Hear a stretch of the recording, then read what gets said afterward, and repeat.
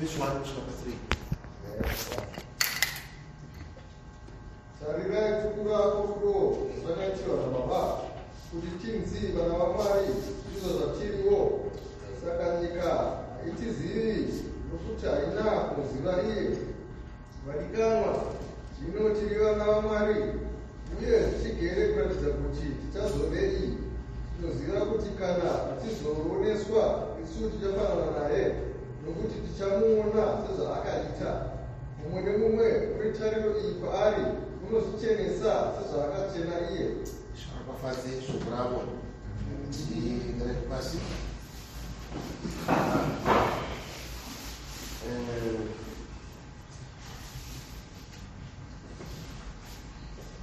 Tinotenda Mwari padekona nokura shoko raMwari.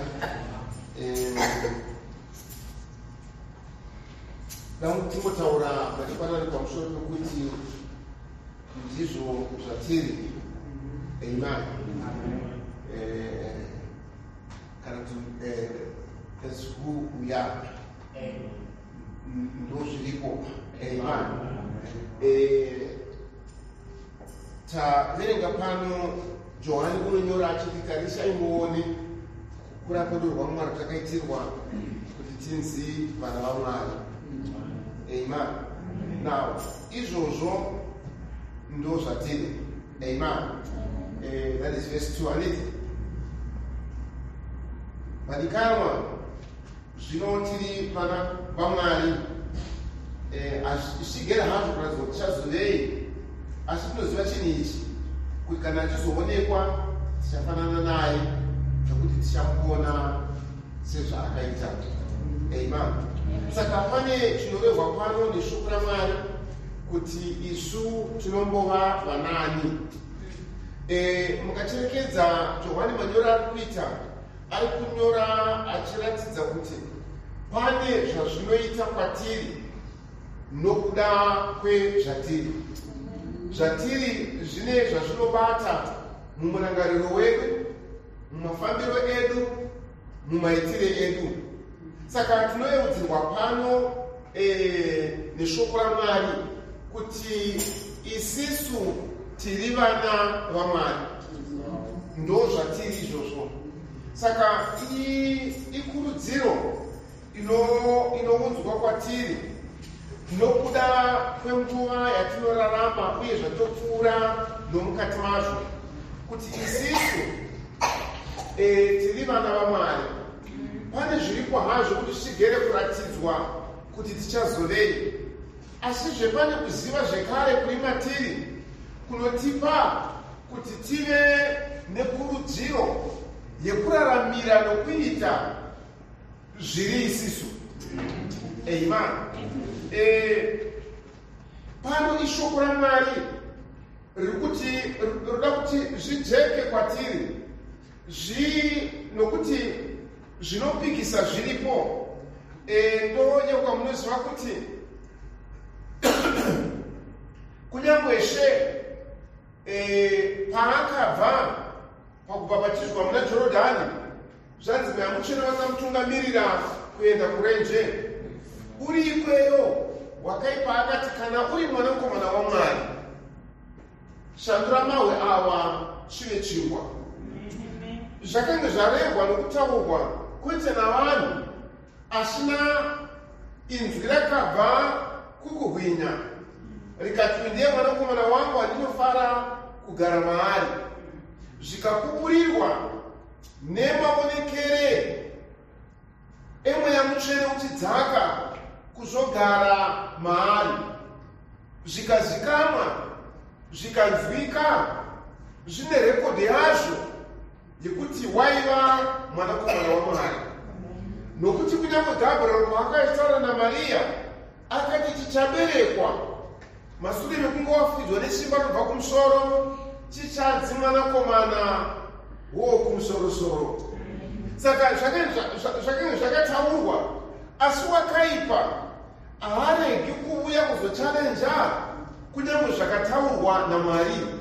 Saka anoti kana uri mwana waMwari, chipuruvha zvino, chitaridza zvino tione.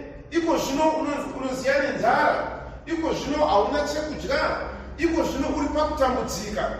Saka kana uri mwana waMwari, hawa mawe shandura chive chingwa. Now,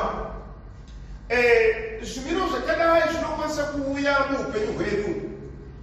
Zvimiro izvi zvinokwanisa kuuya kuzodzikisa zviri upenyu hwedu. Asi tiri kusimbiswa pano kuti tiri vana vaMwari. Amen.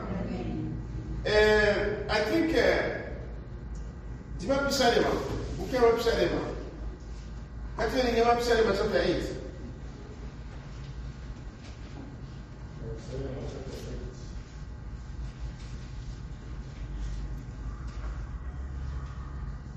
Verse 3.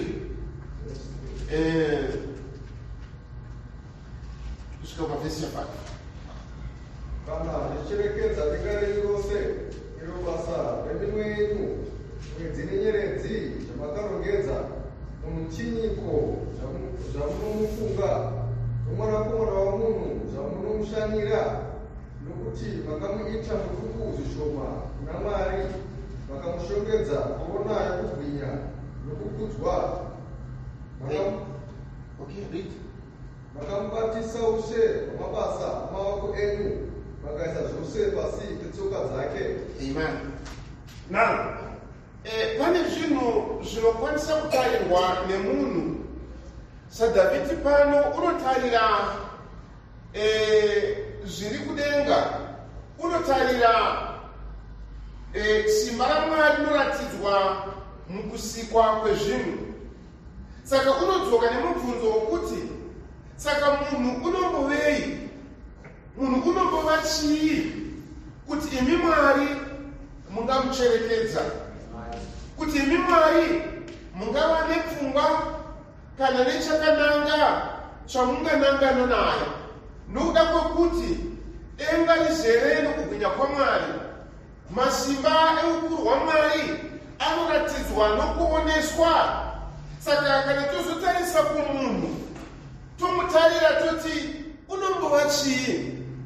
Asi pano zvonzi zvino munhu wakaitwa muduku haane shoma kuvatuma, asi Mwari wakamushongedza nekubwinya. Akaisa mhuka dzose pasi petsoka dzake, kunyange shiri dzibhururuka nepamusoro pake asi dziri pasi pekubata kwake. Kunyange hove ichifamba mumvura munhu maasingakwanisa kuti apinde, asi zvose izvozvo zviri pasi pesimba romunhu. Saka zvinotionesa kuti munhu unomborevei pamberi paMwari, munhu une ukoshi hwakadii pamberi paMwari. Saka kana zvinhu zviuya nemunzira yedu zvinotipa mubvunzo, zvinotipa kuti tive nekahadziko yekuti tinombova vanani, tinombovei pamberi paMwari. Shoko raMwari panotiradza ichiti munhu, Mwari pane zvaakada pamusoro pake, Mwari pane zvaakatembera kwaari. You remember kunyange Mozisi Ishe wamudza achiti ndauya ndoda kukutuma uende Ijipita. Mozisi akabvunza akati ndinombovaniwo inini kuti inini ndingaenda kuna Farao kunomudza mashoko amunotaura? Ndinombovani inini kuti ndive ndinganoti kuna Farao rega vanhu ava vaende? Asi Mozisi Mwari wakati ndini ndakutuma. Amen. Todzoka mumasurezve tocherekedza kuti Mozisi sei asina kufa paifa vanhu vaiberekwa munguva yaakaberekwa. Yaiva nguva yekura wako vanakomana vose vanoberekwa. Saka tikadzoka maybe tobvunza Mozisi kuti sei usina kufa pakafa vamwe, sei usina kuurawa pakaberekwa vanakomana munguva yawakaberekwa. Mwari waiva nacho chaaida pamusoro pako. Mai vake nababa vake sei vakamuviga, sei vakamuchengetedza, vakazida kutaridza nekuonesa.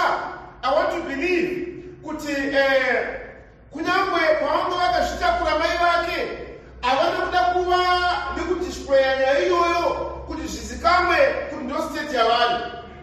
Nekuti Bible taura chiti nekutenda Jochebedi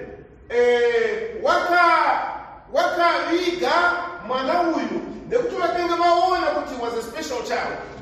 Waiva mwana waiva nezvaaitaridza kuti Mwari unacho chaanoda naye. Kunyange vanhu vose vaiurawa, kunyange vanhu vose vaiparadzwa, pane chakanga chakadiwa naMwari pamusoro pake.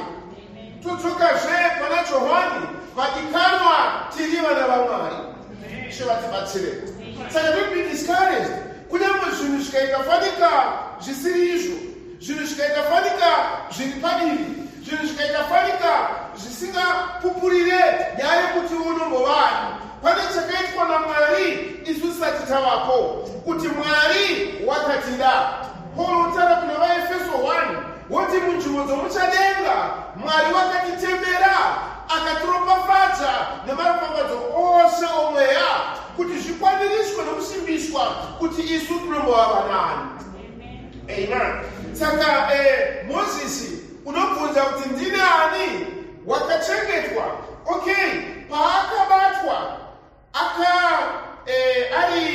ari muchiswanda chiya, ari mumvura. Nona muprofita unotaura pamusoro pemurume wakanyora the 10 Commandments. That film inotaridza kuzvara kwaMozisi wachina ikoko kunonga kwakaitwa nokuti kwakaitwa vaIsraeri. Wakanga akaputirwa nomucheka ari muchibhasiketi ichocho. Mucheka wanga wakamuputira waipupurira nokuratidza kuti waimuvani. Munoziva imi vaIsraeri vaiva namarudzi 12, uyezve vaRevhi vanova ndivo kwaiva rudzi rwaMozisi vakanga vakashanangurirwa kuti vanoshumira mutemberi yaMwari. Saka vane mucheka, kuti vane nhumbi, kuti vane chavaifuka chaipupurira nokuratidza kuti vaiva veimba yaLevhi. Zvinofanira zvakaonekwa zviri muswanda imomo. Asi sei Farao asina kuti dzawira muswanda nokuti atomunonga anga akavigwa? Sei asina kuti zvanaka nyemba kutsva dzarumba? Sei asina kutora hunhu ihwohwo nekuda kwekuti Mwari wanga akamutembera Mozisi kuti ave muchikinuri nomutungamiri wavaIsraeri kubva muunhapwa? Pane that chiyero nechimbiro chakateyiwa naMwari pamusoro paMozisi zvekuti pakuzvarwa kwake haana kukwanisa kufa. Paakanongwa nemuvengi aitsvaka kuuraya vanakomana vese, but wakamutora akamuchengeta. SemuIsraeri kana semunhu wavaiziva kuti uyu wabva kuvaHebheru vangadai vakamuchengeta. Okay, wada kuti achengeteke, ngatimuchengetei. Kana akura vochimushandisa, but havana kumudaro vakamupa chiyero chokuva mwanakomana waFarao. Vakamupa chiyero cheushe noumambo hweIjipita. Nemhaka yei? Nemhaka yezvakatemerwa naMwari pamusoro pake. Pane zvaifanira kuparadza upenyu hwako, pane zvaifanira kukubvisa iwe, pane zvaifanira kuti zvikuite kuti usambonzwa shoko raMwari manzwiro awakarinzwa nawo. Asi izvozvo Mwari wakazviisa padivi. Mwari izvozvo haana kuzviita kuti zvive ndizvo zvinova kurarama kwako. Zvinofanira kuva nokuti pane nzvimbo dzatakaberekerwa, pane shumiro dzatakaberekwa tiri, pane zvaifanira kuti zvibate upenyu hwedu, zvakabata vakawakomana nevanhanga dzedu, zvakabata kumanga vabereki vedu, asi isi takapukunyutswa pazviri nekuda kwekuti Mwari wakada kuti iwe uve mwana wake. Saka wakaipa. Now, zvozoitika zvino mukurarama as David anotaura pano kuti asi munhu unombovei, unombova chii kuti Mwari amuremekedze? Iwe unombova chii kuti Mwari acherekedze iwe kuti uri mwanakomana mwanasikana wake? Mwari wakazvitembera, Mwari wakazviisa mauri. Zvanzi nyika haizvizivi. Nyika chinombova chii? Nyika ndiyo oda inobata panguva ino. Then isisu pane chikamu chiri nyika chiri patiri. Tiri muivhu rino, mumutumbi uno unonzi naPaulo unorwa nomweya, nokuda kwezvatakaitwa naMwari mumweya wedu. Mwari wakatipa umwana, asi nyika zvinoiremera kuti izvigamuchire kuti takadarwa kuti tive vana vaMwari. Atikuzviona zvinoitika kunyangwe nehama dzedu nevatinogarisana navo.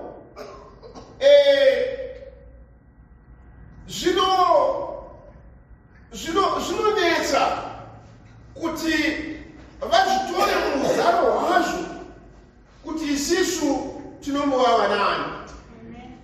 I remember imuhama yedu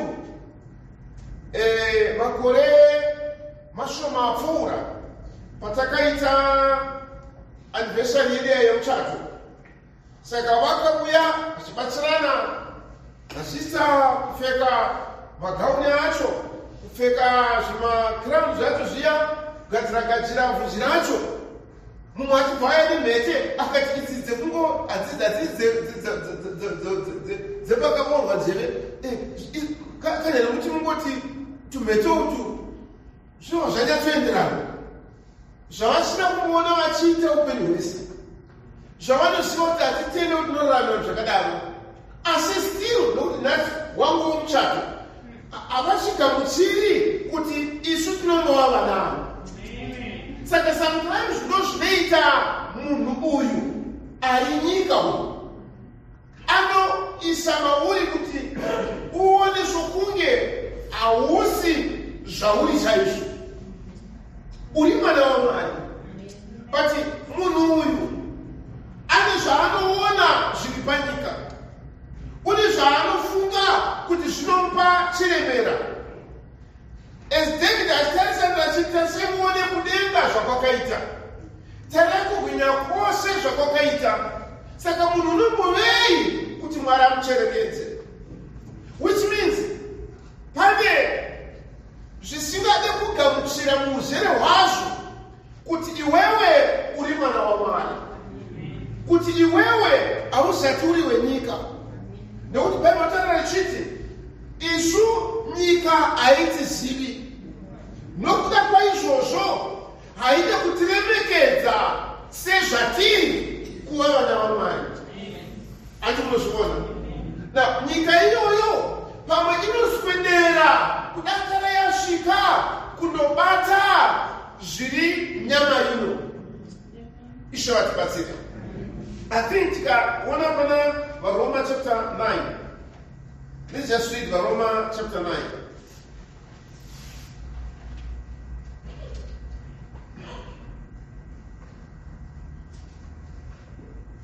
I'm sorry, it's Roma chapter 8.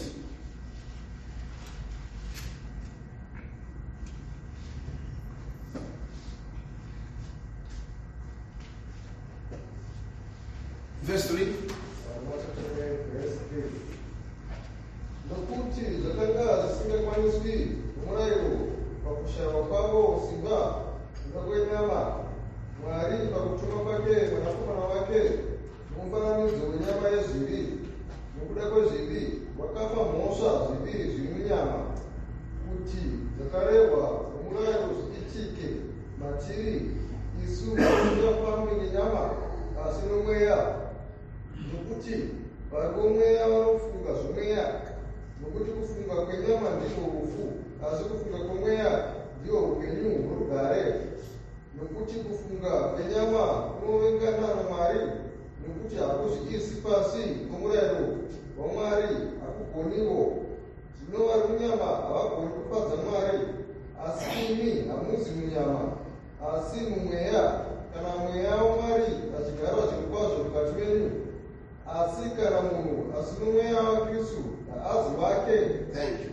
Amen. Now, mnaona pana kula tuonyesha zviri nyama. Kwai isu tinokwanirisa zvakarehwa naMwari nokuda kumurayiro womweya unobata matiri. Sei murayiro womweya uchibata matiri? Nokuda kwokuti tiri vana vaMwari. Ndizvodi? Verse 14.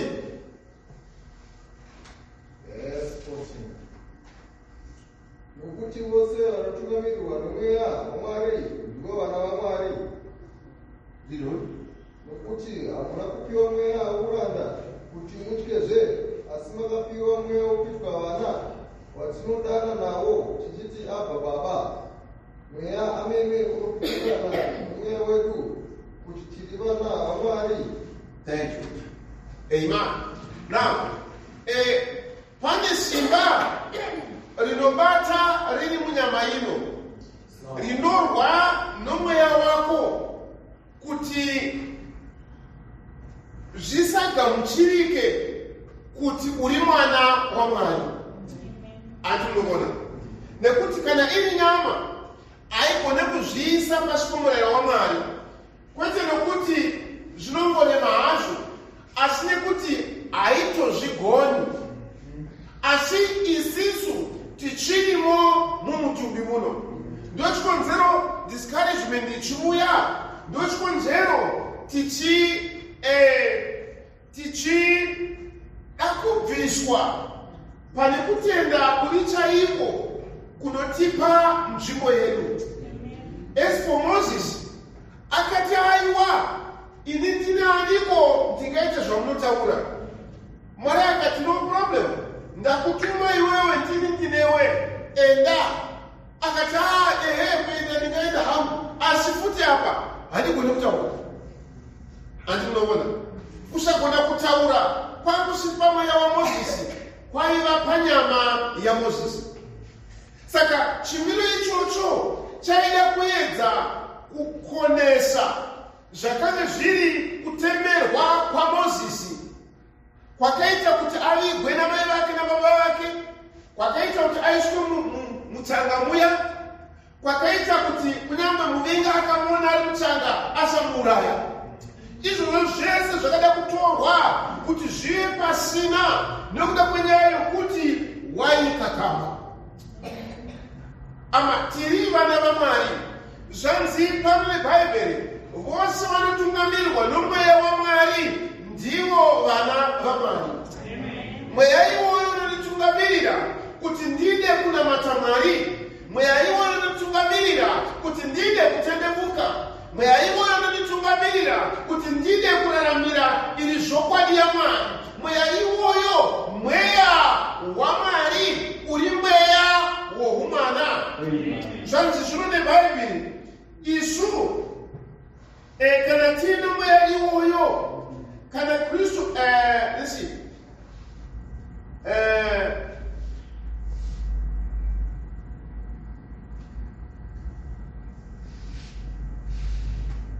verse 14 we read it? Okay.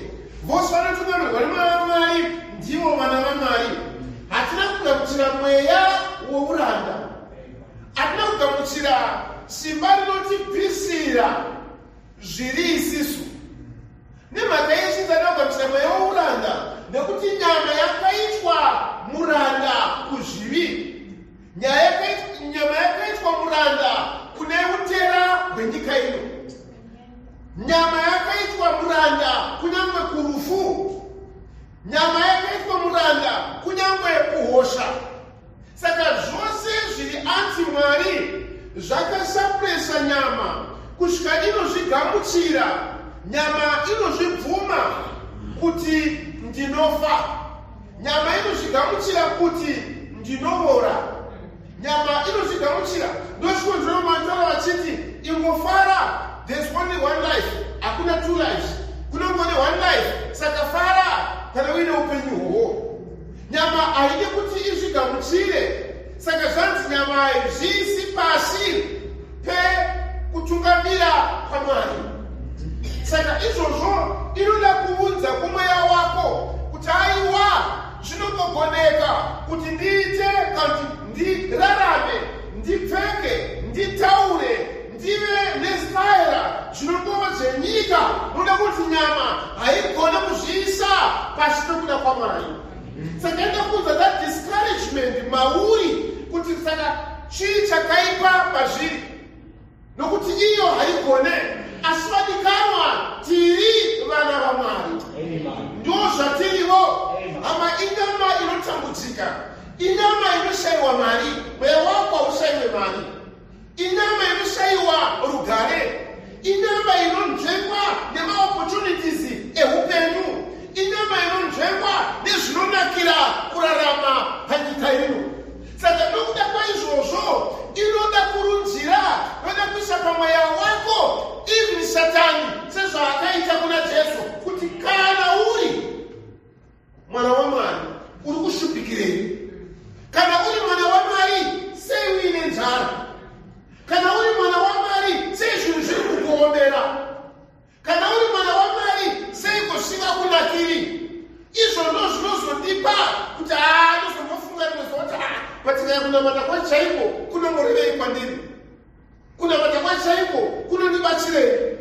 Saka kana ndikaenda kuchechi, kana ndikarega, kana ndikadaita zvinhu zvaMwari zvacho, kana kurega, chii chinoisa kudaro? Hama idiscouragement inobva panyama, nokuti inozviziva kuti nzvimbo yayo inayo, inozviziva kuti nyika there is a place hama yakamakwa guva rapo. Hazvinambasa kunge disaster inoleva 101 day, nzvimbo iyoyo havaitori, is designed for you. Ama kune muti zvida usati wamera, kana kuti utoripo, kana kuti wakatovezwa, uchagadzira kofini yako. Hazvina basa vanhu vangafe 20 pazuva, mapuranga iwayo akamirira iwewe. Saka nyama inozviziva izvozvo. Can you see that? Now,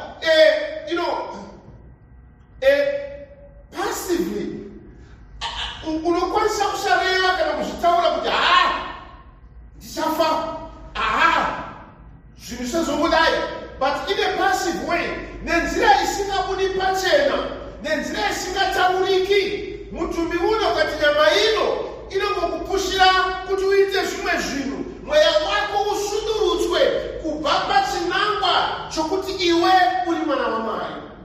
But the Bible here says, nokuda kwekuti mweya waMwari uri matiri. Let's go back on our Romans chapter 8. Kwani vanotungamirwa nomweya waMwari ndivo vana vaMwari. Amen. Ishe vatibatsire. Amen. Now, nokuti isu tiri vana vaMwari, pane chakaitwa naMwari mukati medu. Amen. Pana Romans chapter 8, averenga verse 14, Let's go down to 15. Verse 14. Nokuti vose vanotungamirwa nomweya waMwari ndivo vana vaMwari, nokuti hamuna kupiwa mweya wouranda kuti mutyezve, asi makapiwa mweya wokuitwa vana, vatinodana nawo tichiti Abba, Baba. Amen. Can you see that? Takapiwa mweya kwete wouranda. Nyama ino inokwanisa kuva nouranda kukufa. As much as tiri vana vaMwari, nyama ino pane painohwara, nyama ino pane painoshungurudzika, nyama ino pane painonetseka, nyama ino pane painoneta. Izvozvi zvese nyama inozvitora kuda kuzviisa pamweya wako kuti muve palevel imwe cheteyo noutera nekusagona kuri nyama. Asi John ari kuti vadikanwa tiri vana vaMwari, hatuna kupiwa mweya wouranda. Amen. Nokuti hazvinei kuti zvingavei, hama nyama iyi inoora. Hazvinei kuti zvingavei, nyama iyi rimwe zuva zvichida hauzofi, asi rimwe zuva musoro uchatema, rimwe zuva nzeve dzicharwadza. Nyama yakaitwa kuranda kune zvinhu zviri kutongwa kwechivi chakauya nokuda kwenyama. Saka nokuda kwezvairi izvozvo inoda kukwevera mweya wako kuti uve palevholi imwe chete iyoyo. Asi zvanzi mweya watakapiwa manje hausi mweya wouranda, hausi mweya wokupiswa pachinhano choumwana hwedu, nekuti mweya iwoyo unodana matiri uchiti Abba Baba. Zvimatibatsire. Saka hama ndo zvatiri. Tikaverenga kuna Johani 3 kwataverenga zvanzi nyika haitizivi, nyika hainoziva kuti tiri vanani. Isi ndo zvinokwanisa kuswedera hama kudakara zvasvika munyama yako chaiyo kuti isatomboziva kuti iwe unomuvanhu. Isaremekedza nyaya yakaitwa naMwari yekuti akakupa umwana iwe. Hama kana Mwari akuita mwana, hama zvinhu zvababa vako une hanya nazvo. Let's go back to the scripture. Verse 17.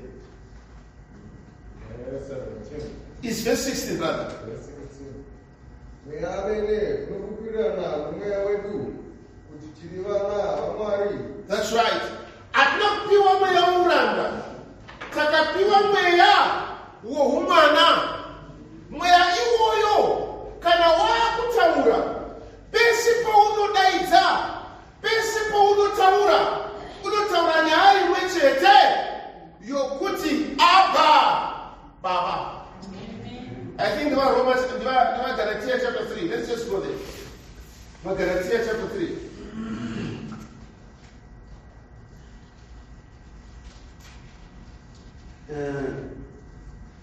I'm sorry. Galatia chapter 4.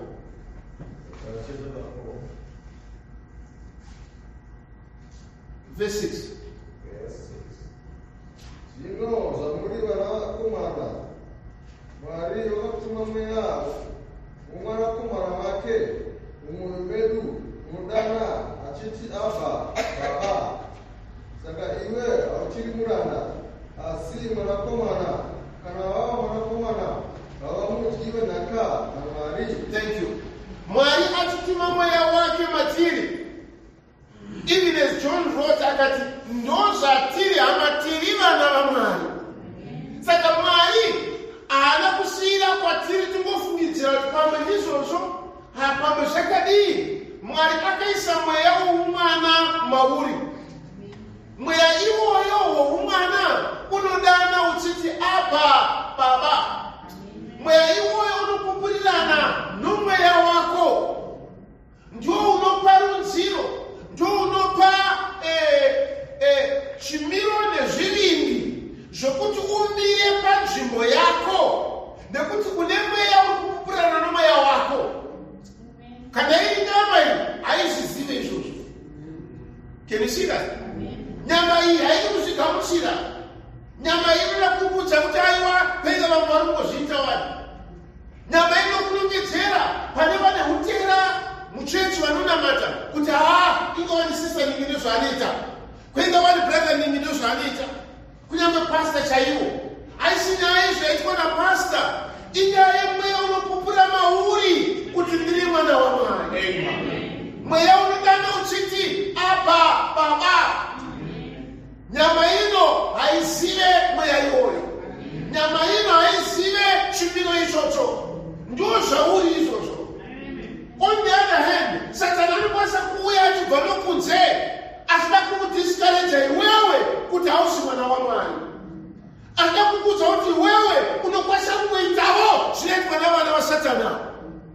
Unokwanisa kuitawo ndo chimiro chatakapinzwa machii kubva pakutanga. Can you see that? Okay, by Ephesians, let's just read that. Move on. By Ephesians chapter 2. Can you read from verse 1? Vakakupuramisai imi makanga makafa kudarika kwenyu nezvivi zvenyu izvo zvamaipa mukati mazvo kare, netsika dzenyika ino, nenzira dzomuchinda wesimba redenga, dzomweya unobata kusateerera machaifamba tose pakati pavo kare, nekuchiva kwenyama yedu tichiita kuda kwenyama nokukufuka kwedu, napakuzvarwa kwedu isu navamwe vose taiva vana vokutsamwirwa. Tenishida isu takararamiswa kubva muchimbiro chokufa. Takafa sei? Takaberekwa mumbereko yechakaipa, ndobva tagariswa pakati peavo vasiri vana vaMwari vanonzi vanakomana vokutsamwirwa. But takanotora nhodzera iyoyo yekuti isisu ndo zvatiri, saka takararama mukati mevana vokusateerera, takararama mukati mevana vasingade zvaMwari. Asi Mwari wakazotipa mweya womwana. Unofanira kuti uchipupurana nemweya yedu kuti isisu tiri vana vaMwari. Mweya yedu ndeipi? Hama, zvinoshuyirwa nemweya yedu, zvinodiwa nemweya yedu, ndizvo zvakarehwa naDhavhidhi pane rimwe zuva akati ndakafara pavakati tange kuimba yaJehovha. Hama, kunamata ndokunorehwa nemweya yedu, nekuti Johani wati tarisai muone kukura kwedu rwaMwari, takaitirwa kuti nzi vana vaMwari. Izvozvo ndo zvatiri. Hazvina basa muhomwe mangu handina mari, hazvina basa munyama imwe ndiri kurwara, hazvinei zvino hazvina kundimirira mushe, hazvinei pada muchikwa haasi kupera mumba mangu, but pane one thing chisingakwanise kuzununguka, ndechekuti ndiri mwana waMwari. Mweya waMwari unopupurana nomweya wangu. Hama, wakaipa uripo kuti asimudze zvese zvinoita kuti zvikonese kutenda kwako iwe muna Mwari uyu. Isho vatibatsirei, nokuti nyika yose ugere pakati pavana vokusateerera. Ndo pauri zvichida mubereki wako aone maonero unoita, kuda atori kudivi revana vokusateerera. Zvida mudzimai wako kana murume wako ari kudivi iroro, atinozviona, but ndiwo wakaiswa padhuze naye kuti ave discouragement yekuti kwauri iwewe hapana zviripo. Pane zvinhu zvakatoredzerwa kwatiri kunyange nechiberekerwe. Maberekerwe atakaita akatiita kuti isu tive subjected, tive ndapwa kune zvimwe zvinhu. Mukaona vanhu vanorwara BP, inonzi diabetes, kana munhu akaita zvonzi izvi zvimakensa, kana akaita hypertensis, vanoda kuronda kuti regai titsvake kumhuri kwenyu, hakuna here wakadaro. Zvondoonekwa kunzi baba mukuru ndo yakavauraya, zvondoonekwa kunzi budi yakamubata hypertensis. Ati munozviona kunyange kupenga chaiko kuya vanotsvaga futi nemukuda muchitarira, munoona kuti pamwe mbuya mukangasika pfungwa mozvona down the line kune mwana uko anoita izvozvo futi. See, waitwa subjected kune zvinhu zvisiri iwe, but nokuti ndokwa wakangoberekwa. You can't run away from that. Hazvina basa ungachinje sei newe, zvinongokutevera. Ati munoona, hama, there is this disorder iripanyika pano yekuti vamwe vana vanongonzi vana vababa, votorerwa mumba imomo, votiwa shenye yababa ivavo, votiwa mutupu wababa ivavo, vogara varimo, asi havasi vababa ivavo. Hazvirevi kuti zvababa vavo chaivo hazvivateveri, zvotovatevera kunyange vakachinja zita, zvotovatevera kunyange vanemwe mutupu waunodaizwa. Ati munoona, ndo zviri nyama iyi kwatiri pamweya yedu, inorwa nomweya wako. Ishe vatibatsire. Can you see that? Inosvika painokuudza kuti iwe uri zvisati zviri izvo chaizvo chaizvo. Ati munoona, Ishe vatibatsire. Ama ndo zvakavhiringidza kunyange Jezebheri wekare. Waiva chimwe chimiro chaikuudza kuti wewe hapana zvaunoitwa iwe kana uchinge wamira muchimiro chakadaro. Jehovha akauya achida kuzouraya vanhu vaiva paJezreeri. Chii chakaitwa naJezebheri?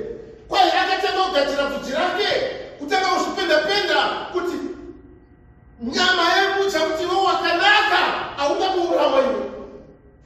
Iwewe kana ukanyazozviprezenda nezviprezende chavo chaiwo hapana zvavanokuita unonavo. Unavakurukuravesha ari kunoona. Saka pane zvinhu zviri nyama zvinopa munhu kuti ave ne-false impression.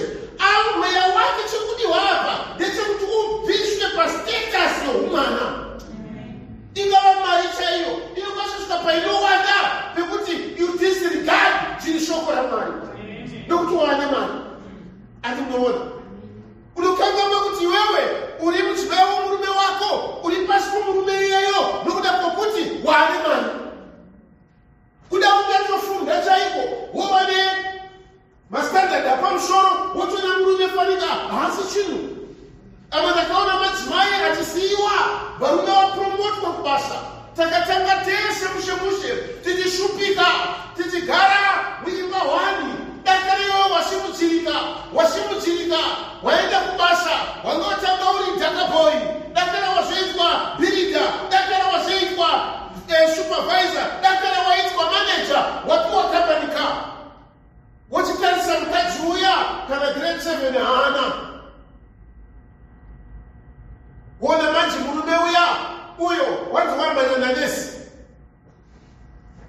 Nokuda kuti azvipa chimiro nawo inyama inoudza munhu izvozvo kuti uyu hatisiri wegrade rako, asi ndiye wakasimuka newe muchiri grade rimwe chete iroro. Kenisira. Saka inyama inoita izvozvo. Asi ama tiri vana vamwari. That's one thing for sure. Mweya wamwari unopupurana nemweya yedu kuti tiri vana vamwari. Nokuda kuti tiri vana vamwari pane chinhu 1 chinofanira kuramba chiripo pakurarama kwedu. Mwanakomana wamwari ari kunzi iye takapiwa mweya womwanakomana iyeye. Amen. Pane zvaakararamira, pane zvaakapfuudzwa nomukati mazvo zvinofanira kuti paisu kuti tizive hama kuti kana nyaya yakadai azvive kuti hatisi vana vamwari, azvive kuti hatisi vanamati. Amen. Can you see that? Ishe vatibatsire. Ama there is something chirumwana chekuti ukachibvunda uchigamuchira. Dhavhidhi somunhu nyama yakamutungamirira kuti aende kunoita zvisiri akatora akareka kuenda kuhondo zvaifanira kuita, akatora Bharisheba zvaisafanira kuita, akauraya Uriya zvaisafanira kuita. But one day Mwari akamuudza akati iwe hauzi zvawaita izviwe. Akaedza kuvanda nokuti pakuchema kwake anoti as long as ndakavanza chivi changu mapfupa angu akaoma mandiri. Nguva yose ndakavanza chivi changu ndandisina rugare. Ama nyama inokuita kuti ufunge kuti uri zvisiri izvo. You are giving yourself problems. Unofunga kuti iwe unoziva kudarika mai, unofunga kuti unozvigona kudarika baba, unofunga kuti you are holier than the pastor. Hausiwo unodaro inyama kuti ikupise pachimiro chivi chako chaicho. Andi munozviona. Saka kana nyama yatiisa ipapo isu toraramira muutera hwenyama iwe. Asi ama masikati anu madekoni anu nyasha dzamwari dzaakatiitira ndedzekuti akatipa mweya womwanakomana wake. Nezasiku mweya iwoyo, mweya woumwana uyu unoita sei kana uri mumwanakomana. Hebrews chapter 5.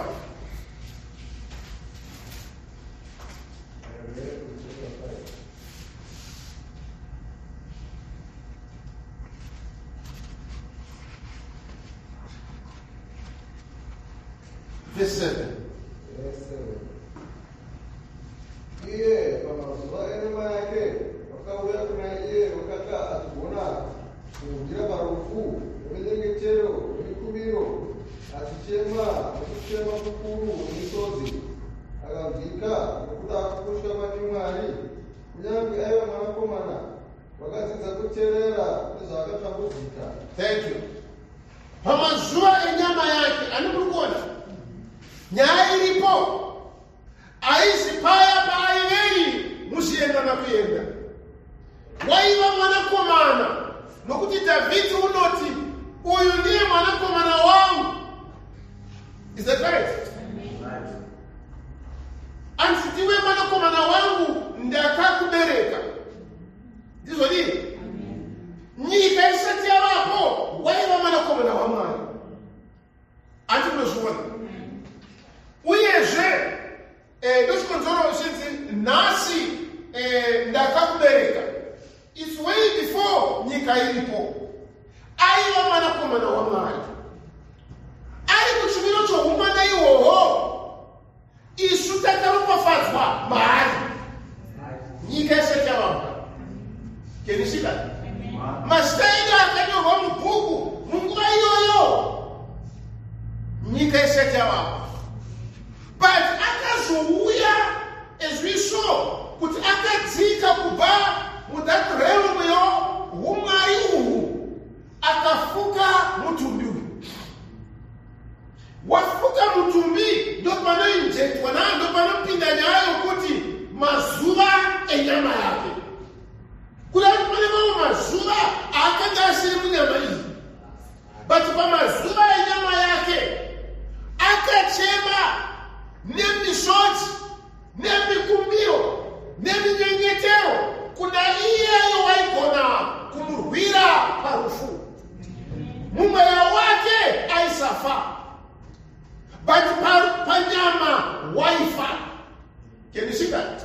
Saka akanyengetera kuna Mwari zvikanzi akanzikwa nokuda kwekutya kwake Mwari. Ndiri niyeyo zvanzi okay, let me just get back there. Kuna Hebrews 5 kuya.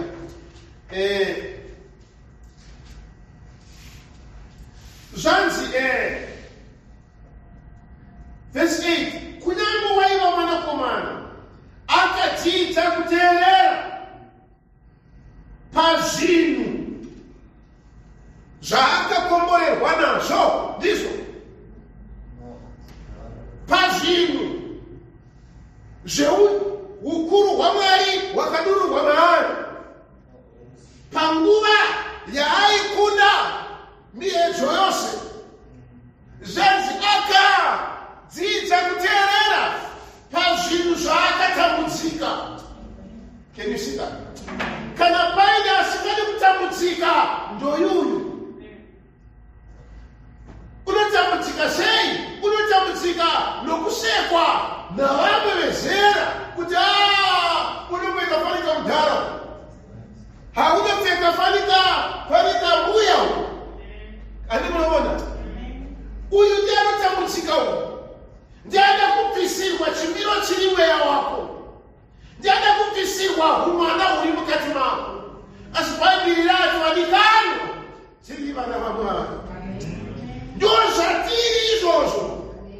Uye zveusimba rohumwana iyi rinoita kuti zvinatse kubva pamashina ese ari mapeer pressure, ari zvose zvinosangana nesu nokuda kwenguva yatikurarama mukati mayo. Tinopiswa kwazviri toita hold on kune itedzo zvinopupurirana nemweya yedu kuti tiri vana vaMwari. Amen. Nokuti kadzoka kuna vaRoma vataverenga kuya. Let's go back there. Romans chapter 8. There's something you're not to move somewhere about. But Romans chapter 8. Taverenga verse 16 was it. Kuti mweya unopupurira nemweya yedu kuti vana vaMwari handiti? Right. Verse 17.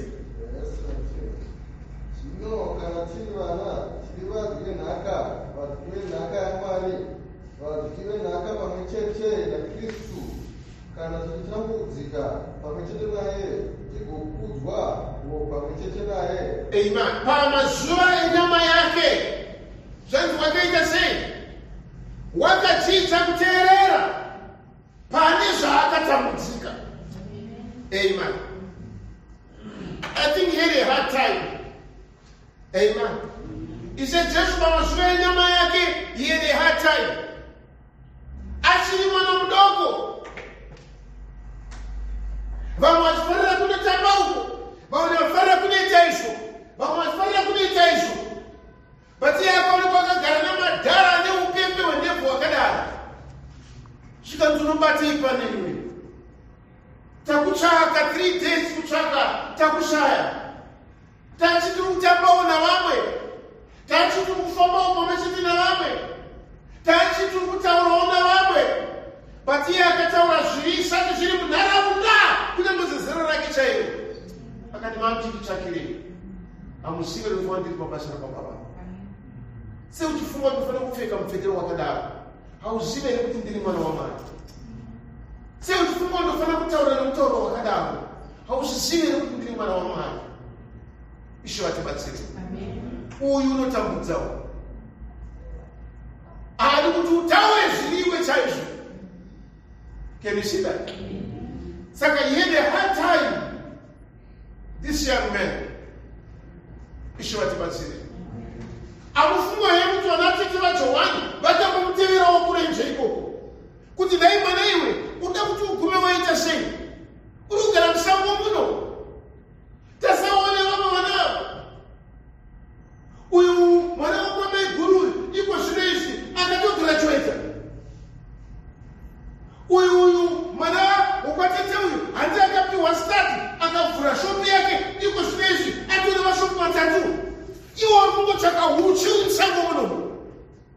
Uri kutenderedzana nehwiza uri muno. Patamapani chakanga chakaitwa muna Johani. Isaya vakataura kwazvo pamusoro pake akati inzwi ronodanda murenje. Haasi wokugadzira masupermarket. Haasi wokuenda kunoita graduate. Pane zvaakatemerwa. And I want to believe hama. Pane zvawakatemerwa. Usabvume kuendeswa kwese kwese. Usabvume kutauriswa zvese zvese. Usabvume kuendeswa kusiriko. Jesu had a hard time. Amen. After kurarama nezera rake. But I don't want to believe. Kuti pawaenda kunomhanya vachita zvokupinda mumatombo vachidii Jesu akati wamhanyisana navo. He was different. Nokuda kwokuti waiva mwana waMwari. Vadikanwa tiri vana vaMwari. Ndo zvatiri izvozvo. There's no doubt about it. Saka zvati kana tiri vana vaMwari, mweya waMwari unokupirana nemweya yedu kuti tiri vana vaMwari. Uyezve mweya iwoyo unodanda uchiti Abba, Baba. Saka tiri vana vaMwari. Nokuda kwaizvozvo Ishe vatibatsire. Kana tiri vana tatuva vahine nhaka. Vachine nhaka yaMwari. And even joined heirs with Christ. Tiri vachine nhaka pamwechete naKristu. Kristu upi akatambudzika pamazuva enyama yake. He was really acceptable. Angasingagamuchiriki. Kunyange waida zvokunamata. Akaenda kuvaFarisei vaivasvika mugamuchiriki. Vasaduse vaimutane mweya wezvina. Ani munoona. Vadunziri vomurayiro vaitaura vachiti ndiBherizebha. He had no acceptance kumareligions kuzvinamato zvenguva yake. He had a hard time. Saka pamazuva iwayo wakagomera akachema nekunyemetera nemikumbiro kuna iyo vaigona kumurwira pane zvinoenderana nenyaya yenyama iyi runova ndirufu. Amen. Saka isu zvino kana tawarira nhaka pamwechete naye tinotambudzikawo pamwechete naye. Hatikwanisi kufamba zviri nyore hama kana tiri vana vaMwari. Hatipfeke nomupfekero wavo kana tiri vana vaMwari. Hatitaure nomutauriro wavo kana tiri vana vaMwari. Nekuti kutambudzika pamwechete naye kuti tife pamwechete naye timuke pamwechete naye tive nekugwinya pamwechete naye tiri vahine nhaka pamwechete naye. zvatiri hama, usanyengerwa. Amen. Usafungiswa zviri izvo. Amen. Uri mwana waMwari. Dai Mwari vakatibatsira. Ino vanhu pane zvavanongofungidzirwa zvavanoitiswa nokuda kwokuti vanongowo munyama ine. Ama kune kutya kuri muvanhu unokuti vari munyama ine. Amen. Ndechifudza moto ndiri kusango svikira zhure ndakaona mumwari mvura achigezwa ndokurizwa kuti munyama yacho achidirwa mvura arimo. Zvikukumbira kunyange midzimu yomaseke muno matiri kuti ibvise mweya yokushungupadzwa, ibvise mweya yeurombe, ibvise mweya yakadai. Ari kudirwa mvura ari mvura. Nhasi ndazoona mumwe wechidiki mudzimai ane mukadzi wechikuru ari kufamba kufura nepandiri. Vadarika vaenda pachidombo vakatakura chigubhu chine mvura yakangoita grey. Vaenda akugezwa ipapo. Ndikati vanavo, saka ndabvapo tozonoona kuti chii kuti kuichitwa panapa. Taona padombo panga achigezerwa pane mvura yange ine raisi nezviyo anga achigezwa nokuti nyika iri kutambudzika. Saka apa wakaipa takes advantage yokutambudzika kwavanhu. Ngendishida ezita tozoti ndakubva ipapo ndaakuchiuya ndaona mumwe akamiswa mvura, mukadzi for that matter. Pane varume 4 vakaenda chimwe chirasta chikademo chikapfeka chikabudura achina sheti, chimwe chiri panapa achina sheti akamupfeka trouser. Hamene zvaari kutauriswa ipapo. Apa baba basa vafunga kuti amai vari kumba kana vari kuna unyandu. Unoona nyika itishotora zvaona ndorona matakwatishini vanoroveswa namo. Asi vadikano tiri vana vaMwari. Ama ndio panotenda Mwari kuti hama mai vangu havana kunditemera nyora, hana kuiswa mushonga unonzwa iwe nhova. Ndakurawo handina kutemerwa nyora iyo. Handina kubvisa bhusu mumba men'anga yekuti ndishoperwe. Handina kana 10 cent yangu yakadyiwa nen'anga iyo. Kwete kuti ndinogona asi kuti Mwari wakanenzura nyasha. Saka regai ndizorwara, regai nditambudzike. Pane chinhu chandinoziva, ndiri mwana waMwari. I don't to be subjected to those things. Amwana vari kutambudzika vari kunzou, vari kuitwa zvese. Asi Mwari wakatinakira, tiri vana vaMwari. Ishe vatibatsire. Nyika inokuita kuti ufunge kuti kutambudzika, nyika inoita kuti ufunge kuti baba vako anokuvenga, nyika inoita kuti ufunge kuti amai vako vanokuroera vana. Zvese zvinongouya kuti zvivhiringidze upenyu hwako. Asi pane chinhu chakadiwa naMwari, akatipa mweya woumwana unobvuma kutambudzika as long as ndichimaintaina nyaya yekuti ndiri mwana waMwari. Usanetseka, nokuti washayiwa chokudya, nokuti washayiwa pokugara pakanaka, nokuti washayiwa ichi nechecho. Izvozvo hazvibvisi nyaya yokuti nyika isati yavapo wakatemerwa kuti uve mwana waMwari. Nyika yazviziva izvozvo. Amen. Haikwanisi kukusimbisa pane izvozvo kuti ramba wakamira hako hainokudza kuti aiwa ndiri kuona gomba pamberi pakwako, ndiri kuona rufu pamberi pakwako. Ari unoona nyaya yako ndeyekuti iwewe nokuda kwokuti yes zvakaitwa nanasekuru nanani zvese izvozvo, of course as long as I have blood ravo zvimwe kana kuri kurwara kunondingawo kana chichakati chinondingawo, but pane imwe nyaya inozoita suppress zvinhu zvese izvozvo ndeyekuti ndiri mwana waMwari. Iwe chirega kuraramira mulevel yekuti uriwo kwamavhimira. Ndoda kukuudzai kuti ndikakuudzai ndoro ndokwamavhimira. Hama ine vanhu variko, vamwe vaikuta fodya, vamwe vaikuta mbanje, vamwe vane mabarika, vamwe vakarora katatu, vamwe vane masmall house avo. Mweya iyo vanongouya futi. saka ikona kuraramira parevhuru iyo raramira mulevo yokuti uri mwana wamwari shoko revati basi kenenge the point izvozvo ndozvazonzi naJohani nekuda kwaizvozvo zvokuti tiri vana vaMwari tikutarisira kuti unouya tinozvinanza zuva rimwe nerimwe. That's why tichida kuenda kuchechi ndochikozi tichida kuuya uzogara zvedu totukwa topopoterwa handindizvo handiyakakudzai paya kuti zvimwe zvinhu zvokukonzeswa nekuchembera uko. Don't take it serious.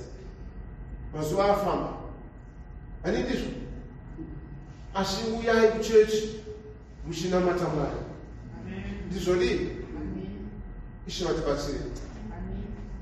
The time is coming. Zvimwe zvinhu zvinomiswa kana kuda kwezvimwe zvinhu zvimwe advancement zvimwe kubudirira kunotongomiswa nokuda kwamaeji enwaya.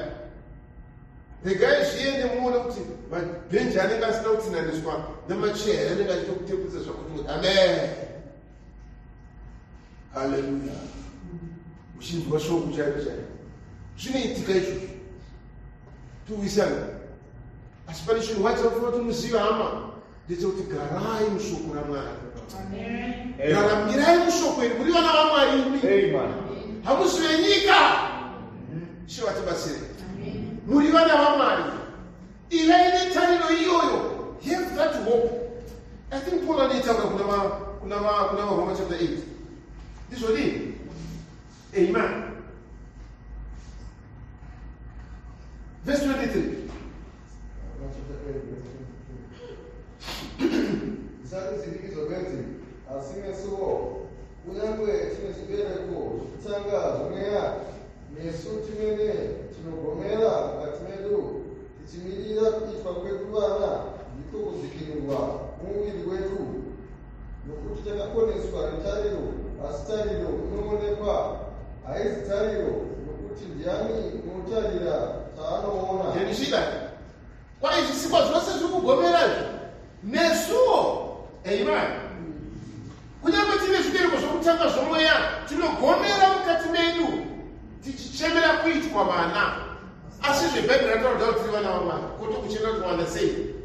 Chava kuchemera ndiwo mutumbi uyu kuti uchitora chimiro chomwana waMwari. Ndinishida saka Paulo ati nokuti tiri vana vaMwari tiri vadyi venhaka tinotambudzika pamwe chete naye sezvakatambudzika nditi, and then we are glorified tinozokudzwawo pamwe chete naye. Tinoitwa glorified rini kana ichi chinoora chazofuka kusaora. Saka mweya yedu inogomera inotamburira nyaya yokuti ichi chiri kunze ichi chifanane nechiri mukati. Chirega kutungamirirwa nechiri kunze ichi kuti chiite kuti mweya wako ufanane nechichi, but rather iwe mweya wako unoshuvira kuti ichi chinoora chifuke kusaora. Then tomuya paya panonzi zvino rufu ruchamedzwa nokukunda. Saka toti zvinoyoguva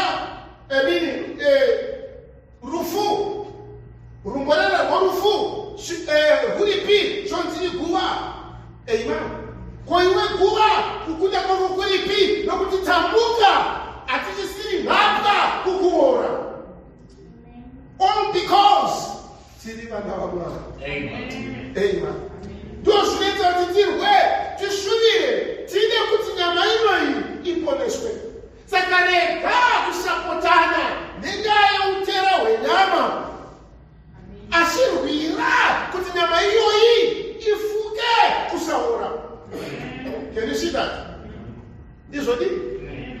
But as long as isingaitwe ndosinopola achiti ndoda kuti nyama yangu ive subjective, ive kwai ndinotora nyama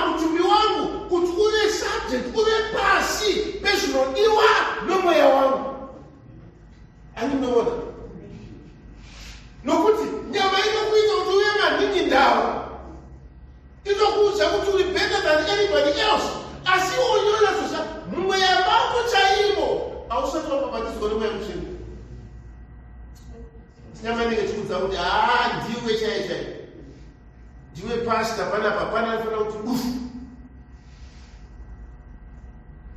Hani munoona? That's the problem yenyama iyi.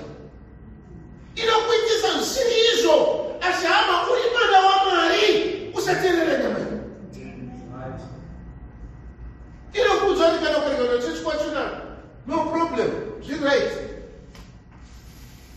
Inokuudza kuti ndikandimubata nhasi. Ati munozviona? Ndiyo nyama iyi. Can you see that? Yabva mukutungamira kuita chakaipa ichi nechakaipa ichi nechakaipa ichi yodzoka futi yokudza kuti wewe ndiwe wega hapana mumwe mutsvene ndiwe mutsvene iwewe. Kana vanoparidza kuti kana vakada kuti vatsvene ko apo paakaita ichi ko apo ko apo ko apo ko apo kuda kungovharwa iwe. Chemumwe akaudzwa nomuprofita uno mweya waMwari unotaura nokuonyeswa zvakavanzika kuti unongonyeperwa nana Vherema akaromba uya amakana zviri pamwe ndakaromba ndakakotsera handizazi handi munoona asida kukudzari ndadarika 70 years ndakatanga kuva responsible for myself ndiri around 17 years pandakatanga kuenda kubasa tuisana ndine 17 years ndakatanga kuenda kubasa. Pei yangu yekutanga ndakakuudzai ndakatenga bhaibheri rangu I think pei chitatu chipiri or so mai vakanditi aiwa chitengawo bhutsu ndikaenda kusvikwanama machikone mumeme noma ndakatenga bhutsu yangu yekutanga size 8 rimwe zuva kwaiva mufundisi kubva kuMalawi vaitaura nyaya yekuti muMalawi vari kutambudzika vari kunetseka zvinhu hazvina kumira mushe saka vane zvinhu zvavanoda kuti vangopa saka vaigara pamba pakatiri mwakangobuda akaenda kumba kwake akanotora chaakatora kwaanacho. I still remember mufundisi wedu akapinda mubedroom make akanotora hembe akauya akauya nadzo tikati kuzvinini handina chove basi kunzwiri kumaimba rinotora chinhu ndabvisa bhutsu dzangu dziya ndakanda wimba ndabvisa mashokisi ndakanda wimba my first pair of shoes ndakaipa zvinhu zvinopiwa vashumiri vaenda kunovhanisa. Can you see that? Asi Mwari wokudenga haanyadzisi. Amen. Saka handisi ndokuromba kwandakaita bebe unoza kukosha ndomarombero andikaita wani ndekuti ndakaisa bhutsu dzangu kune vanhu vekuchechi. Pei yangu ndakatenga bhaibheri ndokuudzai chokwadi ndimire pano handina kana 10 cents yakadyiwa nemwanga handina kana tiki yakadyiwa nehuremu asi ndakaromba akuti mutovana une mweya mutsvene anotaura zvinoonekwa nomweya achikudzira kuti Vherema akaromba no problem but as I always say richasvika zuva ratichamira pamberi paJehovha tongwa neupenyu hwatakararama papo muchaona kuromba kwangu. Musatendera nyama ikubvisei pane zviri chaizvo towisana ndo zvakazikanwa naDhavhidhi izvo zvakati aiwa nyama yandikanganisira zvinhu ndakaberekwa muzvakaipa my very conception yange iri muzviri towisana hatina kuuya the original way yandiona Mwari saka ndakaberekwa muzvakaipa akati kana muri Mwari chisikai moyo munowari kwandiri mundishambe. No, sometimes katageza neshipo dzeidzi tazora mafuta edu atinoziva aya tinobva tazviona maningi ndawa. Dhavhidhi akati aiwa kunyangwe ndageza neshipo chiuyai Mwari mundishambe panyowani nehishopu munozoti chii yananozoti hisopu chii tikadzokera kuIjipita handimwe kuna Exodus vaIsraeri vakubuda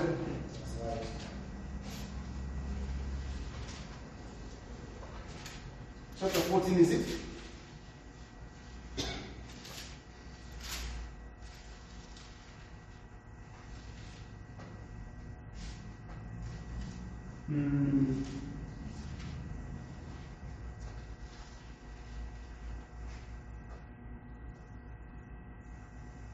Chapter 14.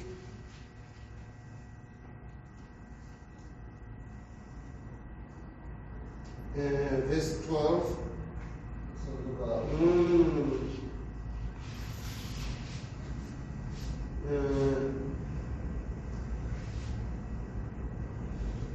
Okay.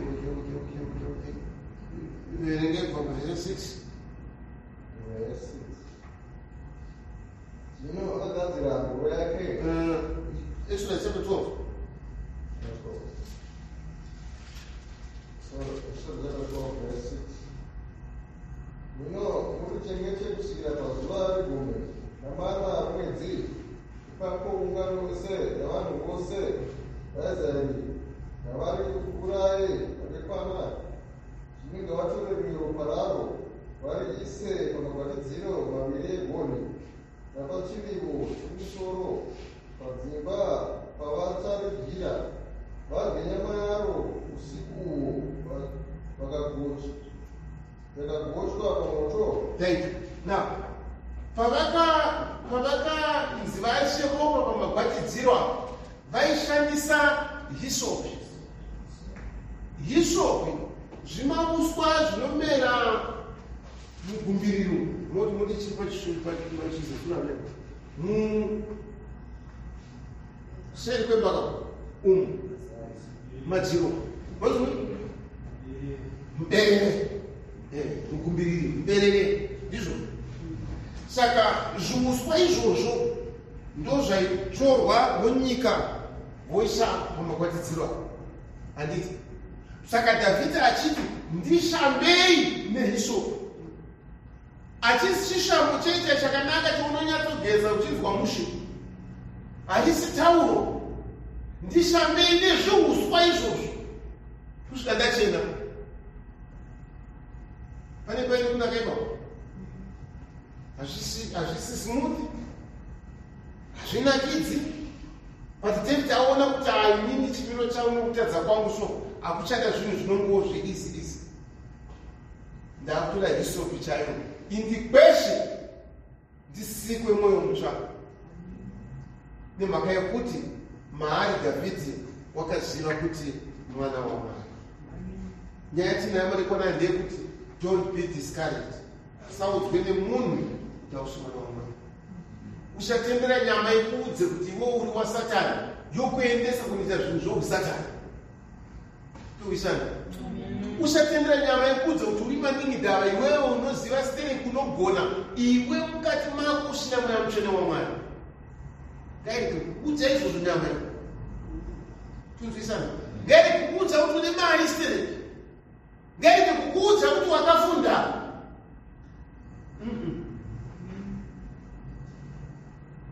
Paul ataenda akadzidza akatsoka dzaGamarieri paUniversity paJerusarema, asi zvose zvakazvidza marara Mwari Kristu. Ndizvodii? Mateo akanga ari muteresi aine mari yakawanda, Zakeo anga ari muteresi aine mari yakawanda, Jesu akazvisa padiri kuti awane Kristu. Usatendera nyama yekudzi usiri izvo. Uri mwana waMwari, wakatengwa neropa kwete rembudzi namakondobwe. Peter achiti takadzikinurwa isu kubva patsika nogunhu hwatakagara nhaka kubva mumateteguru edu. Izvo hazvina kuitwa nesirivheri kana nendarama inoora, zvakaitwa neropa seregwayana, ropa raKristu Jesu rakatitenga tife pano pasi. Uri mwana waMwari. Of all the things uri kutambudzika ndizvozvo, asi uri mwana waMwari. Maria haisi kuyatomira mushe, zvikudaro hazvo, asi uri mwana waMwari. Nemhaka iyoyo unozvinatsa wakatarisira kuuya kwaShe. Paul ataura kuti vaRoma kuuya kwaiko kodi kwai isu tinogomera mukati medu tiine tariro yekuti ichi chinoora chinofuka kushaura. Saka pane chatakabata chinoita kuna Paul na Hebrews chapter 6 kuti takatizira kutariro isingazunguki. On that hope we are holding. Ndizvodi chirega kututsirwa sure nenyama inokudza kuti ndakanaka ini, inokudza kuti ndine mari, inokudza kuti ndinoda ini. Ndakana vanhu vopfeka zvisingafaniri kupfeka, voita zvisingafaniri kuitwa, voraramira zvisingafaniri kuraramirwa, nokuda kwokuti vanonyengerwa vachibviswa pachimiro chavo chaicho chokuti vana vaMwari. Hama, uri mwana waMwari. Take pride in that. Amen. Zvondiyeuchidza bhuku randakamverenga ndiri reditisha vataita Shona. Apo Samuel akati, I Samuel, son of Shirimuta, the vegetable grower, am too proud to touch any alcohol. Kwete kuti ndinoda kumwa doro, kwete kungoti ndifarire zvedoro, but I am too proud. Ndinotoona rudado kuti andiite kuti nini ndiitwe subjected, ndiitwe nhapwa yedoro, ndiitwe nhapwa yavakadzi, ndiitwe nhapwa yemari, ndiitwe nhapwa yefundo. Pane chimiro chandiri, pane zvinoreva zita riri rangu. Amen. Kana pachitaurwa sei kunzi chiri muuta, pane maqualities anoenderana nezita iroro. Pane zviri mhuri yangu zvandinoremekedza kuti handingotambiswa because I've got a name to protect. Ndine zita rokuti ndiri mwana wakachomuta. Amen. Handingotambiswa udzangu, ndiri mwana wakachomuta. Handidhakiswi nedoro, ndiri mwana wakachomuta. Pese pachatsikwa, pachaonekwa, pafamba chirumuta, pachava nemuchapupu wokuti straightforward. Zvakadii kutidaro. Amen. Kuti ini mwana waMwari alizienda kuenda. Mwana waMwari akasika kudenga uko nenyika. Mwana waMwari akateya nyeredzi kumusoro kudenga. Mwana waMwari akapata matombo namakomo zvisanenyenyeka. Ini ndiri mwana waMwari. Tambiswe pada dzerufu, tambiswe mastaira akadai, handifambiswe nenzira dzakapusa kudai idzi. Ndiri mwana waMwari. Uye zvama, without any doubt, ndozvauri. Uri mwana waMwari. Saka wakagara kubenchi kwawakagara. Saka uri pano, uri mwana waMwari. Nokuda kwaizvozvo, stand up, umiririre zvidiwe. Zvanzi takaunzwa kutarira isinganyadzisa. Amen. Kana ari Peter ndari achiti it's a life hope, itariro mhenyu. Amen. Paul anoti achiti mweya wacho uyo unotodana matiri uchiti apa baba. Amen.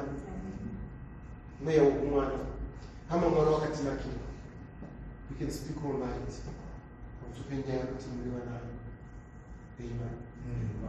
Ndo zvatiri. Amen. Amen. Saka chita zvatinoita izvi ndo zvatiri izvozvo. Saka tisingafananidzwe nenyika nokuti ndo zvatiri. Saka tisingade kupromota zviri nyika nokuti ndo zvatiri.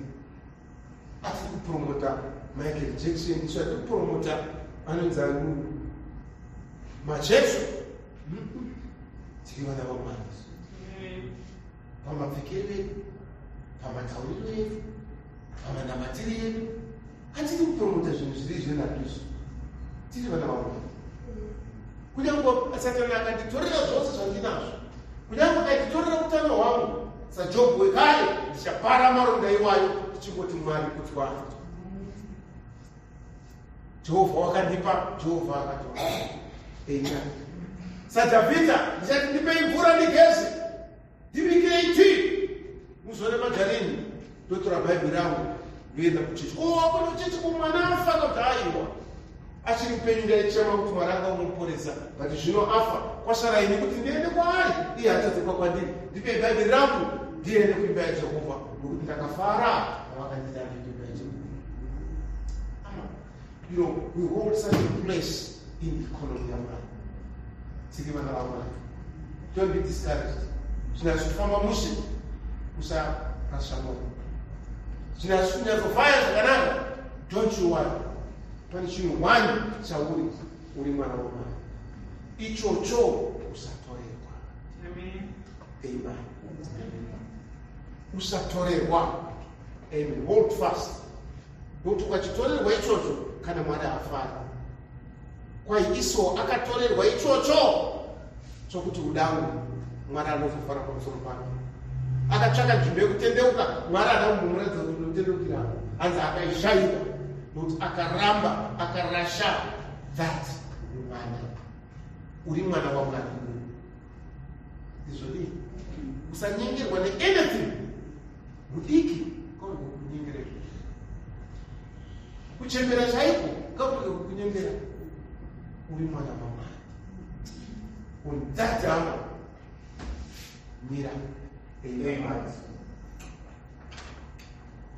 Izvodi